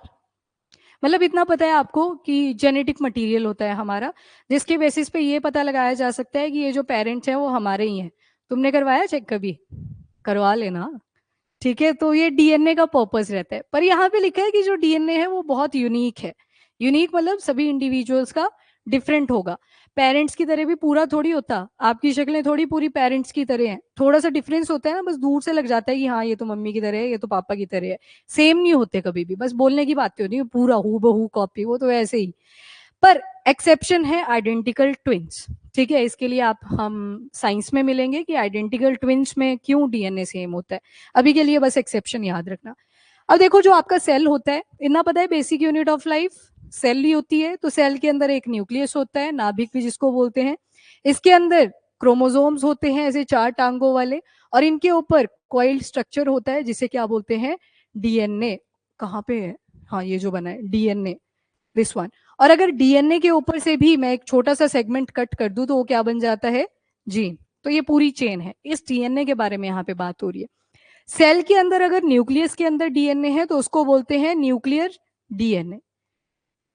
अगर माइटोकॉन्ड्रिया, एक ऑर्गेनेल 10th क्लास में एक क्वेश्चन पूछा जाता था कि powerhouse of the cell क्या होता है? माइटोकॉन्ड्रिया। तो माइटोकॉन्ड्रिया के अंदर भी क्या होता है? डीएनए। और यूनिकनेस ये है माइटोकॉन्ड्रियल डीएनए की कि ये सिर्फ हमें किससे मिलेगा? मदर से। ठीक है, ये सिर्फ मदर से। तो आपने सुना होगा ना, मेटर्निटी रिलेटेड कोई डिजीज होती है जो सिर्फ मदर वाली साइड में थी, फादर वाली साइड में नहीं थी। सुनिए कभी ऐसे डिजीज? आपने पार्किंसन भी पढ़ी थी। तो वो मदर वाली से क्यों एसोसिएटेड थी? क्योंकि माइटोकॉन्ड्रिया में डिफेक्ट होता है। और माइटोकॉन्ड्रिया बच्चों को सिर्फ किससे मिलता है? मदर से मिलता है। होता क्या है, ये जो स्पर्म्स होते हैं ना, इसका सिर्फ न्यूक्लियस जाता है जब ओवम के साथ फ्यूज करता है। बाकी जो माइटोकॉन्ड्रिया है वो ओवम का ही यूज होता है। इस वजह से जितने भी माइटोकॉन्ड्रियल डिसऑर्डर्स होते हैं, ये कहाँ से आते हैं? मदर वाली साइड से आते हैं। बाकी डिटेल में बाद में करेंगे। नाउ डीएनए के अंदर 4 चीजें होती है। वन इज एडेनिन, दूसरा थाइमिन, तीसरा साइटोसिन, चौथा ग्वानिन। इसमें से एक होता है जो रिप्लेस हो जाता है आरएनए की बारी में। कौन सा था? स्टेट में आता है ये, ऐसे मत करो कि स्टेट में नहीं पूछते, ऐसी चीजें पूछते हैं। ओके, 2 आवाजें आई, एक साइटोसिन एक थाइमिन आई। बताओ अब, इन दोनों में से ही है। मैं 50-50 वाली लाइफ लाइन देती हूँ आपको, यही बचे आपके पास। नहीं, थाइमिन। थाइमिन की जगह पे यूरासिल आ जाता है। यूरासिल किस में आएगा? आरएनए में। बाकी सारे सेम है, बस यहाँ पे डिफरेंस आता है। ठीक है, इसको अभी हम साइड कर लेते हैं, यूरासिल नहीं अपने को चाहिए। ये जो एडेनिन है, थाइमिन है, साइटोसिन है, ग्वानिन है, यही यूनिक पैटर्न्स बनाते हैं हमारे डीएनए के अंदर। कैसे पैटर्न बनेंगे? ये जो आपका एडेनिन होगा हमेशा किसके साथ जुड़ेगा? थाइमिन के साथ। जो साइटोसिन होगा हमेशा किसके साथ जुड़ेगा? ग्वानिन के साथ। आपके हरियाणा के पेपर में पूछा था इनके बीच के बॉन्ड के बारे में, तो एडेनिन और थाइमिन के बीच में हमेशा मिलेगा डबल बॉन्ड, साइटोसिन और ग्वानिन के बीच में मिलेगा ट्रिपल बॉन्ड, तो ये भी आप याद रखोगे। वैसे ये हाइड्रोजन बॉन्ड होती है यहाँ पे, ठीक है, याद रह जाएगा इतना सा, ठीक है। ये यूनिक पैटर्न्स बनाते हैं। जैसे कोई 3 लोग ले लेते हैं, ये वाले, ये मदर है, ये फादर है, ये चिल्ड्रन है। अब इसके अंदर पैटर्न था जी सी, जी सी, ठीक है। यहाँ पे है ए टी, ए टी, याद नहीं करना ये, मैं बस सेम इसलिए ले रही हूँ ताकि मुझे पता लग जाए कि क्या आंसर लिखना है उधर। टी ए, और यहाँ पे ले लेते हैं सी जी, सी जी। अब जो बच्चा होगा उसमें मिक्स आएगा, तीनों का ही आ जाए, दोनों का आ जाएगा ना। जैसे मान लो जी सी आ गया, किसको रिप्रेजेंट कर रहा है? मैटरनल नेचर को। वैसे ही अगर मेरे पास एक पैटर्न आ रहा है सी जी, ये आ गया चिल्ड्रन का, पर ये तो किसी का भी हो सकता है, या आप में, मुझ में, सभी का सेम हो सकता है। तो इसके लिए आपके एटलीस्ट ऐसे रिपीट 13 के आसपास होने चाहिए, तब जाके आप बता सकते हो कि यही फादर है, यही मदर है। उसी के बेसिस पे ये जो विक्टिम्स है उनको आइडेंटिफाई किया जा रहा है। इन पे आती हूँ, पहले आइडेंटिफिकेशन देख लो। सबसे पहले आता है short tandem repeat, very important. और सबसे ज्यादा जो एक्यूरेसी आती है वो शॉर्ट टेंडम रिपीट वाले से ही आती है। ये देखो साइड में, यहाँ पे कुछ पैटर्न बनाए गए हैं, ये देखो ग्वानिन लिखा है, एडेनिन लिखा है, थाइमिन लिखा है, एडेनिन लिखा है, कुछ इस तरह से। वो देखो ये GATA GATA GATA, और ये लंबी सी चेन। यहाँ पे क्या लिखा है कि 6 के रिपीट है, और कितने बेसिस आ जा रहे हैं? 1 2 3 4 8 12 16 20 24। तो यहाँ पे आप क्या देख रहे हो? बार बार एक ही पैटर्न रिपीट हो रहा है, ठीक है। दिक्कत कहाँ पे आ रही है? क्यों इतने जल्दी विक्टिम्स का आइडेंटिफिकेशन नहीं हो पा रहा? जब 9/11 अटैक हुआ था तो उस टाइम पे भी 9 महीने लगे थे विक्टिम्स को आइडेंटिफाई करते हुए, क्योंकि यहाँ पे जो डीएनए चाहिए होता है वो न्यूक्लियर डीएनए चाहिए होता है, पहली चीज। और न्यूक्लियर डीएनए, अब यहाँ पे तो सारी बॉडीज का डेब्रीज बन चुका है इस टाइम पे, सॉफ्ट टिश्यू तो बचा ही नहीं है, और सॉफ्ट टिश्यू से सबसे ज्यादा इजी एक्सट्रैक्शन होती है न्यूक्लियर डीएनए की। यहाँ पे जो हड्डियां बची हैं वो भी अप्रोक्स जल चुकी हैं, तो उसके भी इंटरनल कोर तक जाया जा रहा है कि एक अच्छा सा सेल मिल जाए जिससे क्या निकाला जा सके? Nuclear DNA. और जब भी आप डीएनए की टेस्टिंग करते हो तो उस केस में विक्टिम के रिलेटिव्स भी चाहिए होते हैं। अगर तो घर के मिल रहे हैं, जैसे मदर फादर हो गए, दादा दादी हो गए, तब तो चल जाता है, मतलब पता लग जाता है इजीली। पर जिनकी फैमिलीज वहां पे डिस्ट्रॉय हुई हैं, उनके बारे में आइडेंटिफिकेशन टफ हो जाती है, क्योंकि वहां पे रिलेटिव्स का फिर जेनेटिक मटेरियल लिया जाता है और उससे आइडेंटिफिकेशन उतनी इजी नहीं होती। तो पहला जो मेथड है वो है शॉर्ट टेंडम रिपीट। यहाँ पे जो डीएनए सीक्वेंसेस होंगे दो इंडिविजुअल्स के बीच में, वो रिपीट करेंगे एक पर्टिकुलर पैटर्न पे। जैसे गाटा गाटा गाटा ये बन रहा है, ये पैटर्न जो होगा वो दोनों इंडिविजुअल में होंगे। पर यहाँ पे हमने क्या किया, ये विक्टिम था और एक इसका क्लोज किन होगा, उसका सैंपल लिया, फिर कंपेयर किया दोनों को। लग रही है अब इसकी डिस्क्रिपेंसी पता? यहाँ पे विक्टिम है और ये वाला वो पर्सन है जो इनके क्लोज किन है, यहाँ पे इनका भी सैंपल लिया जाएगा, फिर दोनों के डीएनए को कंपेयर किया जाएगा। तो ये अगर मैच करते हैं ऐसे कुछ पैटर्न्स, तो रिप्रेजेंट कर दिया जाता है कि हाँ जी ये जो विक्टिम है ये इसी फैमिली को बिलोंग करते हैं। तो शॉर्ट टेंडम रिपीट, छोटे छोटे डिस्टेंस के ऊपर जो आपका जेनेटिक मटेरियल के अंदर 80 आपने पढ़े, ये सारे क्या करेंगे? रिपीट करेंगे, उसके बेसिस पे भी आइडेंटिफाई किया जा सकता है। और ये नॉन डिग्रेडेड, ये देखो पहली कंडीशन रख दी है कि न्यूक्लियर डीएनए बढ़िया होना चाहिए, डिग्रेड नहीं होना चाहिए, जो कि आपको फायर वाली सिचुएशंस में नहीं मिल पाता, टफ होता है। बोन्स और टीथ ही बचे हुए हैं वहां पे, उन्हीं से आइडेंटिफाई करने की ट्राई कर रही है, सबसे टफ होता है वो ये वाला बोन और टीथ के केस में। एंड देन दूसरा आता है माइटोकॉन्ड्रियल डीएनए एनालिसिस। अब इसमें किसका पता लगेगा? सिर्फ मैटरनिटी का, यानी कि मदर वाली साइड को यहाँ पे आइडेंटिफाई किया जाएगा, क्योंकि माइटोकॉन्ड्रिया तो आता है किस साइड से है? मदर वाली साइड से। तो यहाँ पे मैटरनिटी, तो यहाँ पे जो रिलेटिव्स बुलाए जाएंगे, ये मान लो विक्टिम है, और यहाँ पे जो बुलाया जाएगा रिलेटिव, वो कौन होंगी? फीमेल्स ही होंगी। मदर हो सकती है या आपकी सिस्टर हो सकती है, मतलब फीमेल वाली लीनिएज को यहाँ पे बुलाया जाएगा, ठीक है, जो माइटोकॉन्ड्रियल डीएनए एनालिसिस होती है। फिर आती है वाई क्रोमोसोम, हाँ सिबलिंग्स में भी हो सकता है, सिबलिंग्स भी हो सकते हैं, यस। और उसके अलावा इवन कजन्स भी आ सकते हैं यहाँ पे, पर फीमेल कजन माइटोकॉन्ड्रिया वाले केस में, मामा वाली साइड के मैटरनल मैटरनल। देन आते हैं वाई क्रोमोसोम एनालिसिस। अब किसका पता लगेगा? सिर्फ यहाँ पे सिर्फ मेल्स का पता लगेगा, क्योंकि आप क्रोमोसोम जब पढ़ते हो एक्स एक्स किस में होता है? गर्ल्स के अंदर, और एक्स वाई मेल्स के अंदर। तो वाई सिर्फ किस में होता है? मेल्स के केस में। तो यहाँ पे सिर्फ मेल्स रिलेटिव्स को ही बुलाया जाएगा और मेल लीनिएज का ही पता लगाया जाता है, जो वाई क्रोमोसोम एनालिसिस करी जाती है। एंड इसके बाद आता है सिंगल न्यूक्लियोटाइड पॉलीमॉर्फिज्म।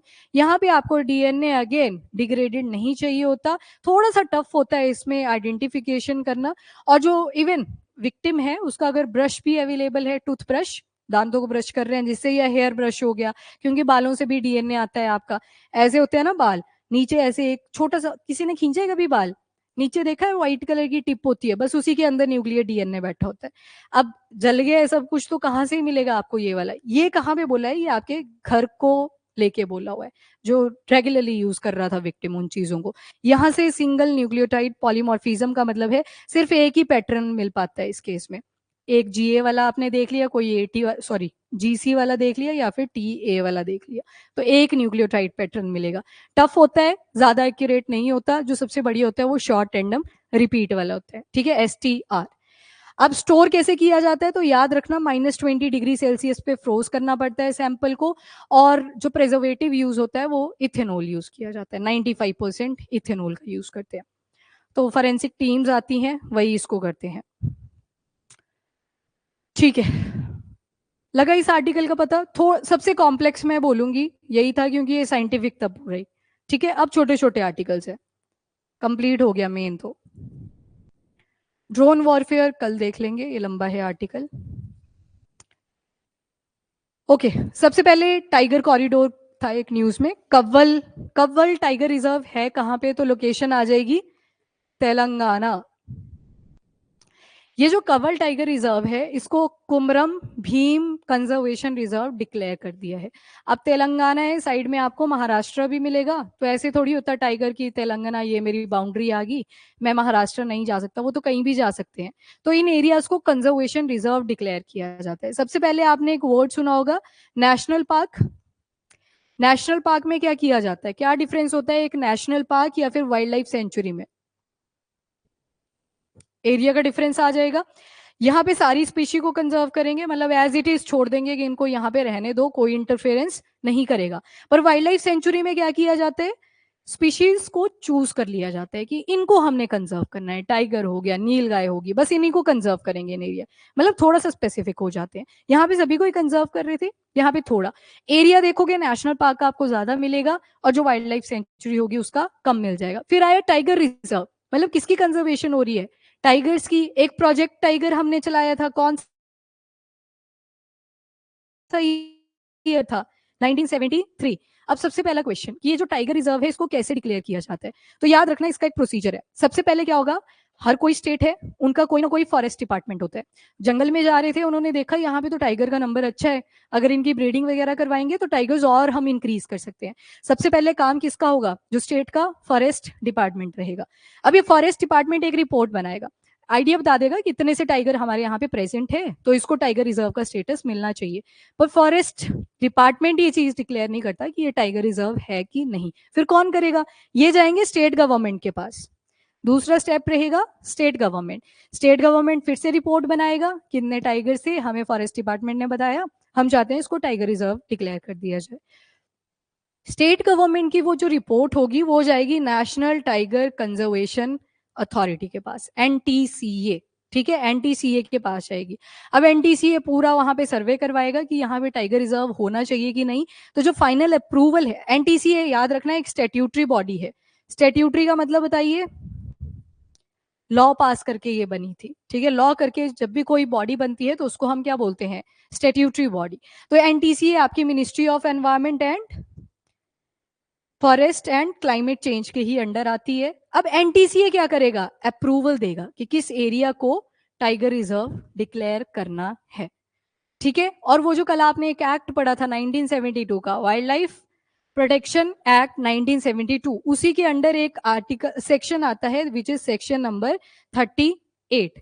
38 जो 5 होता है, सॉरी एक्स क्या होता है? 10। 38 10 एक्स लिखा होता है, इसमें टाइगर रिजर्व का प्रोविजन है। ठीक है। और जो 38(5) है 5, उसके अंदर एनटीसीए को एम्पावर किया गया है कि आप टाइगर रिजर्व के लिए अप्रूवल दे सकते हो। तो क्या हुआ, पहले स्टेट का जो फॉरेस्ट डिपार्टमेंट होगा वो क्या बोलेगा कि यहाँ पे टाइगर रिजर्व होना चाहिए। ये रिपोर्ट किसके पास देंगे, अपनी सरकार के पास, स्टेट गवर्नमेंट के पास। स्टेट गवर्नमेंट फिर से रिपोर्ट बनाएगा, रिपोर्ट किसको देगा जाके, फाइनल सबमिशन होगा नेशनल टाइगर कंजर्वेशन अथॉरिटी के पास। ये एक स्टैट्यूटरी बॉडी है, ministry of environment forest and climate change के अंडर आती है। ये फाइनल अप्रूवल देगी। और एनटीसीए को किसने पावर दी है, तो wild life protection act of 1972। और उसका भी कौन सा सेक्शन याद रखना है, 38(10). 10 में क्या था, टाइगर रिजर्व। पर अप्रूवल देने की पावर एनटीसीए को जो दी है वो किसमें है, 38(5). ठीक है, प्री के लिए काफी इंपॉर्टेंट वर्ड्स हैं ये सारे ही, आप ध्यान रखोगे। डन। तो टाइगर रिजर्व कैसे डिक्लेयर हुआ वो हमने यहाँ पे देखा। तो ये जो कवल टाइगर रिजर्व है इसको डिक्लेयर कैसे किया था, इस प्रोसीजर के साथ किया था। मतलब जो तेलंगाना का फॉरेस्ट डिपार्टमेंट था, तेलंगाना की सरकार के पास गए, फिर एनटीसीए के पास गए, क्योंकि एनटीसीए तो एक ही है पूरी कंट्री के अंदर, इंडिया के अंदर, और उन्होंने इसको अप्रूवल दिया था। तो ये तो टाइगर रिजर्व की स्टोरी थी। अब इसको क्या बना दिया, कंजर्वेशन रिजर्व। कंजर्वेशन रिजर्व हमेशा दो बॉडीज के बीच में होगा। मतलब एक तरफ अगर कवल टाइगर रिजर्व है तो दूसरी तरफ हो सकता है कोई नेशनल पार्क हो, कोई वाइल्ड लाइफ सेंचुरी हो। जैसे यहाँ पे देखो, एक तरफ कवल टाइगर रिजर्व है, दूसरी तरफ तडोवा अंधेरी टाइगर रिजर्व है, विच इज इन महाराष्ट्र। तो इन दोनों के बीच का ये कंजर्वेशन रिजर्व बना हुआ है। क्यों बनाया गया कंजर्वेशन रिजर्व, हो सकता है वहां पे ह्यूमन की इंटरफेरेंस इंक्रीज हो रही थी, तो अब चाहते हैं यहाँ पे सिर्फ एनिमल होने चाहिए और साथ में प्लांट्स होने चाहिए। तो इसी वजह से यहाँ पे क्या बना दिया गया, कंजर्वेशन रिजर्व। कौन सी रिवर है, तो रिवर भी आप याद रखेंगे, यहां से निकलती है Ganges of south Godavari. And ये जो रिजर्व है यहाँ पे एक माउंटेन रेंजेस भी आपको मिल जाएंगी, सह्याद्री माउंटेन रेंजेस। और किसके साथ लिंक है, ये देखो अगर मैप देखोगे, इस तरफ आ गया महाराष्ट्र वाला एरिया, यहाँ पे आ गया तेलंगाना वाला एरिया, और यहाँ पे आ गया छत्तीसगढ़ वाला एरिया।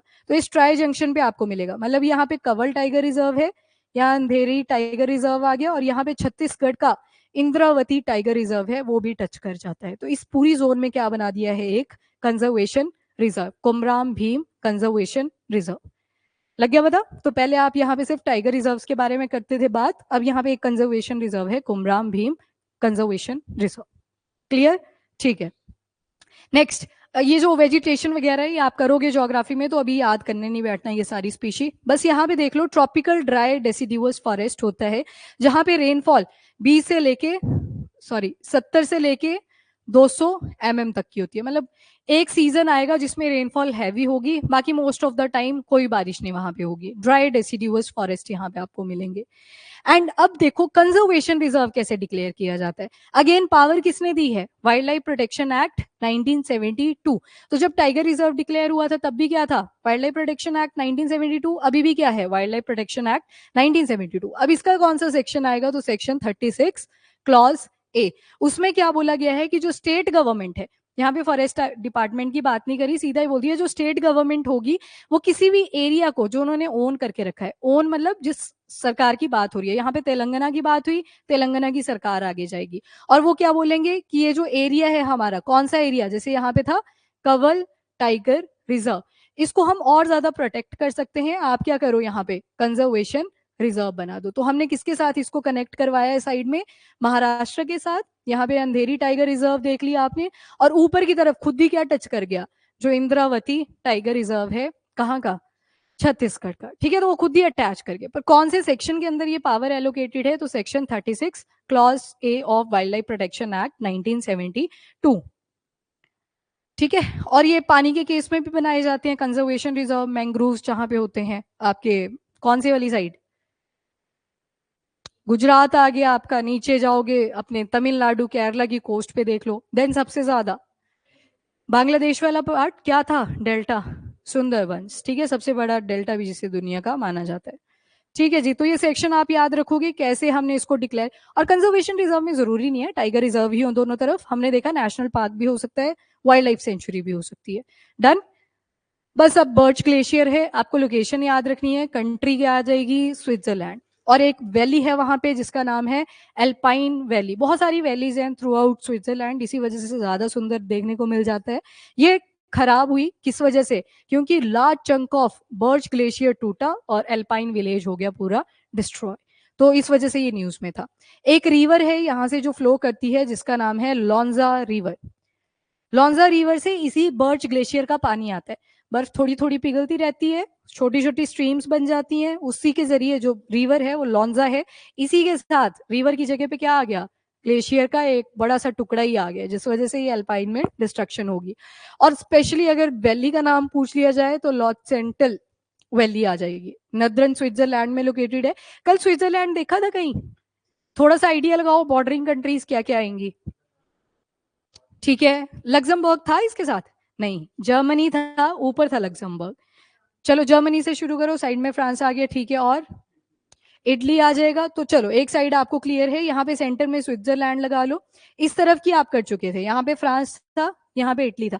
लग्जमबर्ग थोड़ा ऊपर था, नीचे आपको जर्मनी वाले एरिया से मिलेगा, जर्मनी आ जाएगा यहाँ पे। फिर बेल्जियम था ऊपर, फिर लग्जमबर्ग आया था, देन आपका जर्मनी था, फिर आपने स्विट्जरलैंड को देखा था। तो जर्मनी और ऑस्ट्रिया, ऑस्ट्रिया के साथ चलो पहले नीचे, नीचे की तरफ कौन सी आएगी? इटली, बस यही है तो होगी, ये इटली वाला पार्ट है सारा। फ्रांस आ गया, इटली आ गया, जर्मनी आ गया, ऑस्ट्रिया आ गया। एक और कंट्री है जिसका नाम है लिस्टेनस्टीन। लिस्टेनस्टीन की एक अपने में ही यूनिक बात है, ये डबल लैंडलॉक कंट्री है।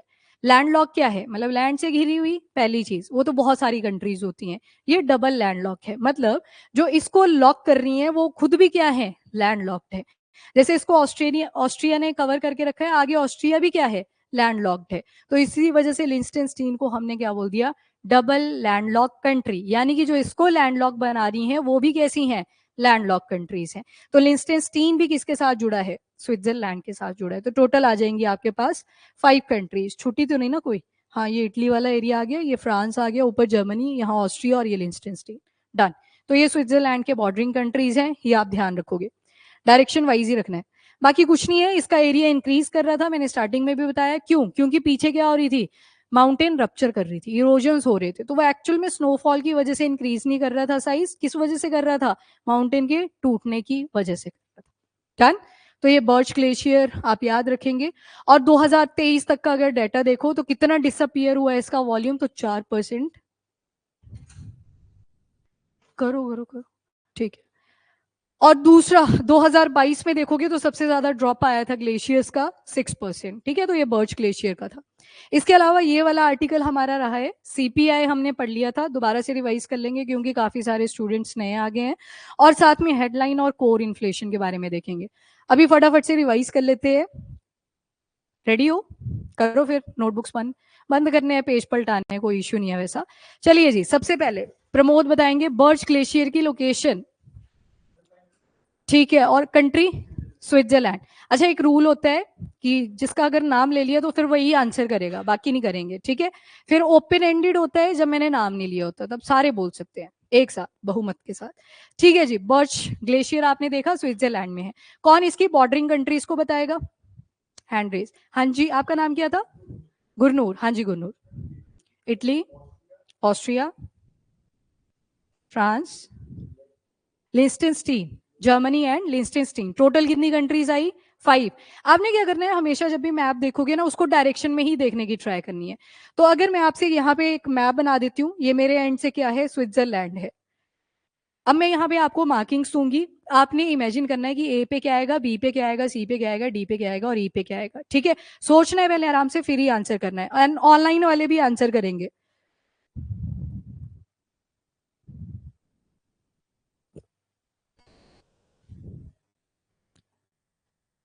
ओके, कहाँ से शुरू करें? हैंड रेस करो पहले जिनको पता लग गई सारी डायरेक्शंस। ठीक है, शरणवीर बताएंगे डी नंबर पे क्या थी? लिस्टेनस्टीन। लिस्टेनस्टीन की खास बात क्या थी? हैंड रेस, यस की था। डबल लैंडलॉक कंट्री है, यानी कि और कौन सी 2 कंट्रीज हैं जो इसको लैंडलॉक बनाती है? Hand raise, yes, Austria and no, try करने दो। एक तरफ ऑस्ट्रिया था और दूसरी तरफ स्विट्जरलैंड ही था। ये देखो, ये जो लिखा है स्विट्जरलैंड है ना, ये ई पे क्या है? Open ended, Austria. ठीक है, अब हाथ खड़े करने, सी पे क्या है? आय हाय, जर्मनी, चलो कोई बात नहीं। बी पे बोल दो सारे, फ्रांस। ए पे डन। तो ये बॉर्डरिंग कंट्रीज होती हैं, आपको याद रखनी है, ठीक है। साइप्रस, साइप्रस क्या मेडिटेरियन सी के साथ टच करती है? यस करती है, बिल्कुल बीचों बीच लोकेटेड है, ठीक है। बेरख्तर ड्रोन किससे लिया था पाकिस्तान ने? तुर्की से, ठीक है। एक और ड्रोन था, उसका नाम कौन बताएगा? हैंड्रीज, हैंड्रीज, ये सास था। सोंगर, सोंगर, ठीक है। जब ये फाइट बहुत ज्यादा इंक्रीज हुई तो सबसे पहले जो ड्रोन दिए हैं तुर्की ने वो सोंगर नाम के ही थे। एक और ड्रोन का नाम लिया मैंने, फर्स्ट व्यू पर्सन, स्टार्टिंग में किस कंट्री ने यूज करा है अगेंस्ट किस कंट्री के? यस नितिन, यूक्रेन ने यूज किया अगेंस्ट रशिया, एयर बेसिस उड़ा दिए, ठीक है। फिर वो मिलियंस ऑफ, कल कर लेंगे इस आर्टिकल को, कोई इशू नहीं है। अभी आपने एक कव्वल टाइगर रिजर्व पढ़ा, इसकी लोकेशन तेलंगाना। अभी क्या डिक्लेयर किया है इसको? Conservation reserve. क्या नाम है कंजर्वेशन रिजर्व का? कुमराम भीम कंजर्वेशन रिजर्व, ठीक है। टाइगर रिजर्व को कैसे डिक्लेयर किया जाता है? Procedure, very good online, very good. कौन बताएगा? पहले सोच लो दिमाग में, फिर उसके बाद आंसर करना। यस यश।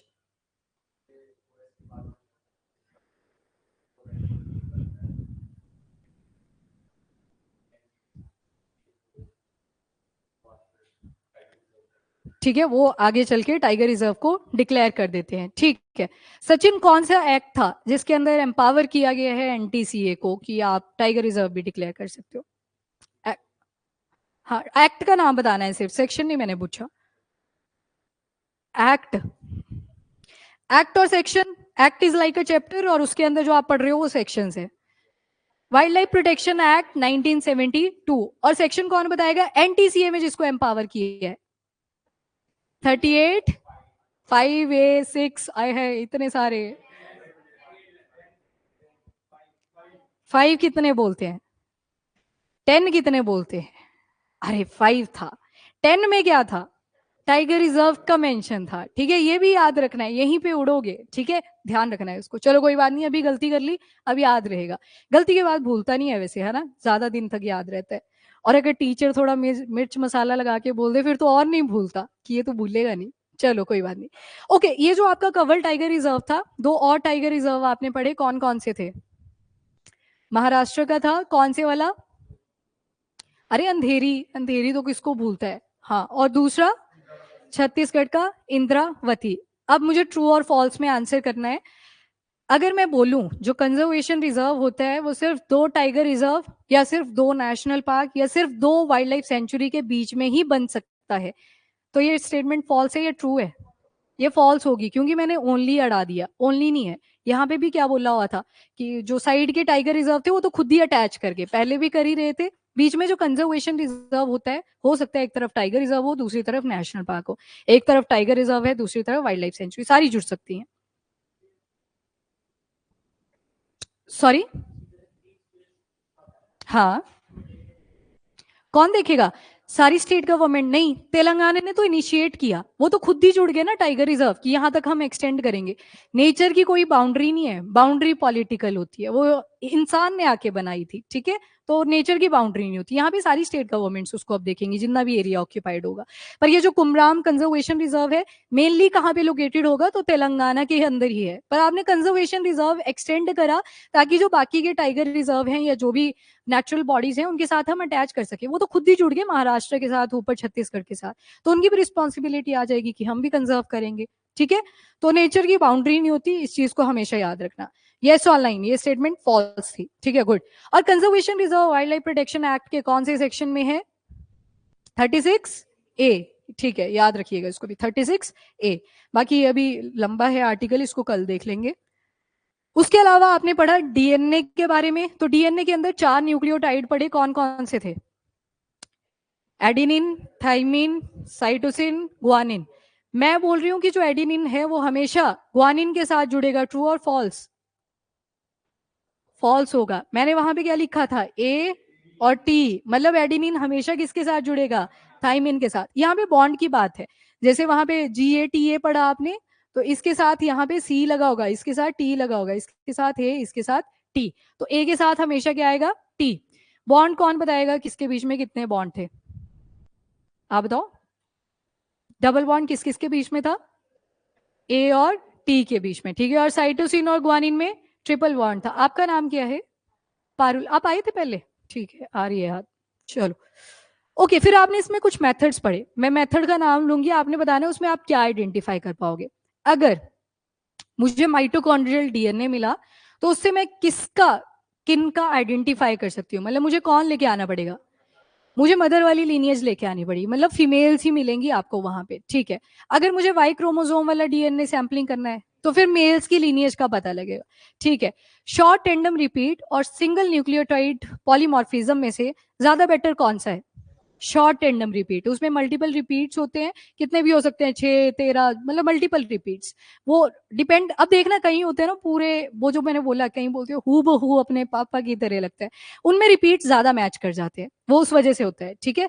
बाकी आपकी आंखें हैं, कान हैं, किसकी तरह है, वो सारा क्या है, डीएनए के अंदर स्टोर्ड है, वही रिपीटेड वाले पैटर्न, शॉर्ट टेंडम रिपीट। दिक्कत क्या थी इस डीएनए के साथ हमें? सबसे बड़ी डिस्क्रिपेंसी क्या आ रही है अभी?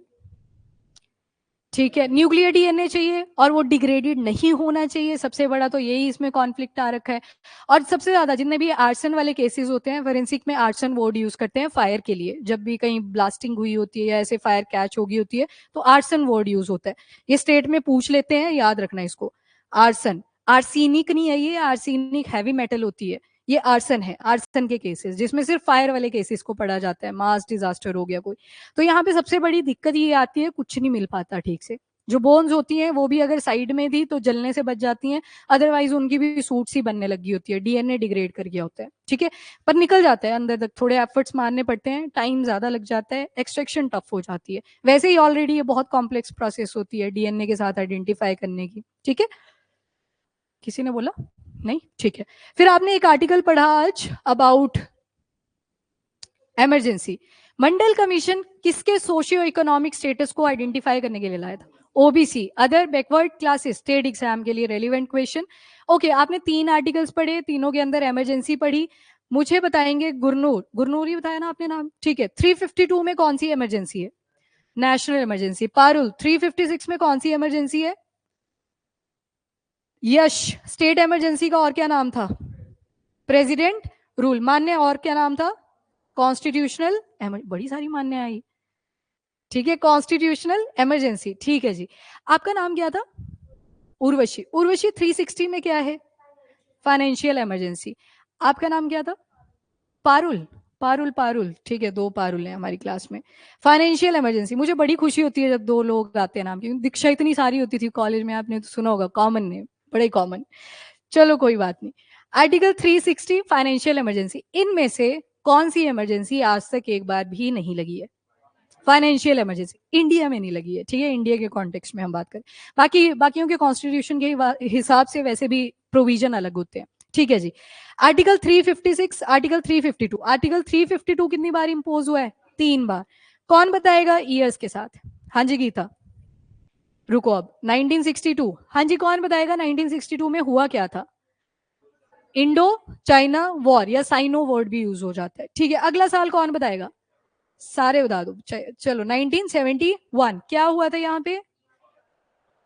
ठीक है, बांग्लादेश लिबरेशन वॉर हुई थी, फाइनली 16 दिसंबर 1971 को नई कंट्री बन के आती है, जिसको बोला बांग्लादेश। कनफ, नेक्स्ट ईयर 1975, ठीक है।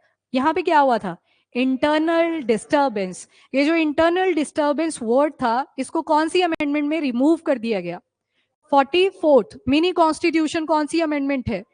42nd। जुडिशियल रिव्यू नहीं होगा इमरजेंसी के टाइम पे, कौन सी अमेंडमेंट? 38th। और 39th में क्या था? पीएम के जो इलेक्शन होंगे उसको कोई भी चैलेंज नहीं करेगा सुप्रीम कोर्ट में जाकर के। और कौन इमरजेंसी को एक्चुअल में इंप्लीमेंट करेगा? प्रेसिडेंट। किसकी एड एंड एडवाइस पे? काउंसिल ऑफ मिनिस्टर, जिसको हेड कर रहे होंगे प्राइम मिनिस्टर। चलो done, done for the day. हाँ, 44th जो अमेंडमेंट लाया गया उसको सारा इंप्रूव करवाने के लिए लाया गया, जो भी गड़बड़े 42nd के अंदर ये 38 39 इनमें हुई थी उनको ठीक करा गया as per the 44th CAA। चलिए जी, डन फॉर द डे। आपकी अगली क्लास का टाइम हो चुका है, ब्रेक ले लो।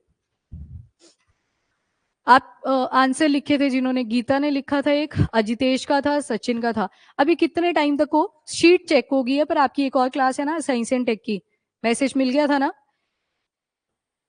आज साउंड वाला चैप्टर करना है, वो रहता है ना फिजिक्स का, तो उसको कवर करेंगे। हाँ कर तो लिए, मिस करा होगा वो जो था आपका, जिसमें पटाटो चिप्स पड़े थे कि कोरोजन हो जाती है, रस्टिंग। हाँ स्किप हो गया होगा। चलो कोई नहीं, ठीक है ठीक है, online, thank you so much.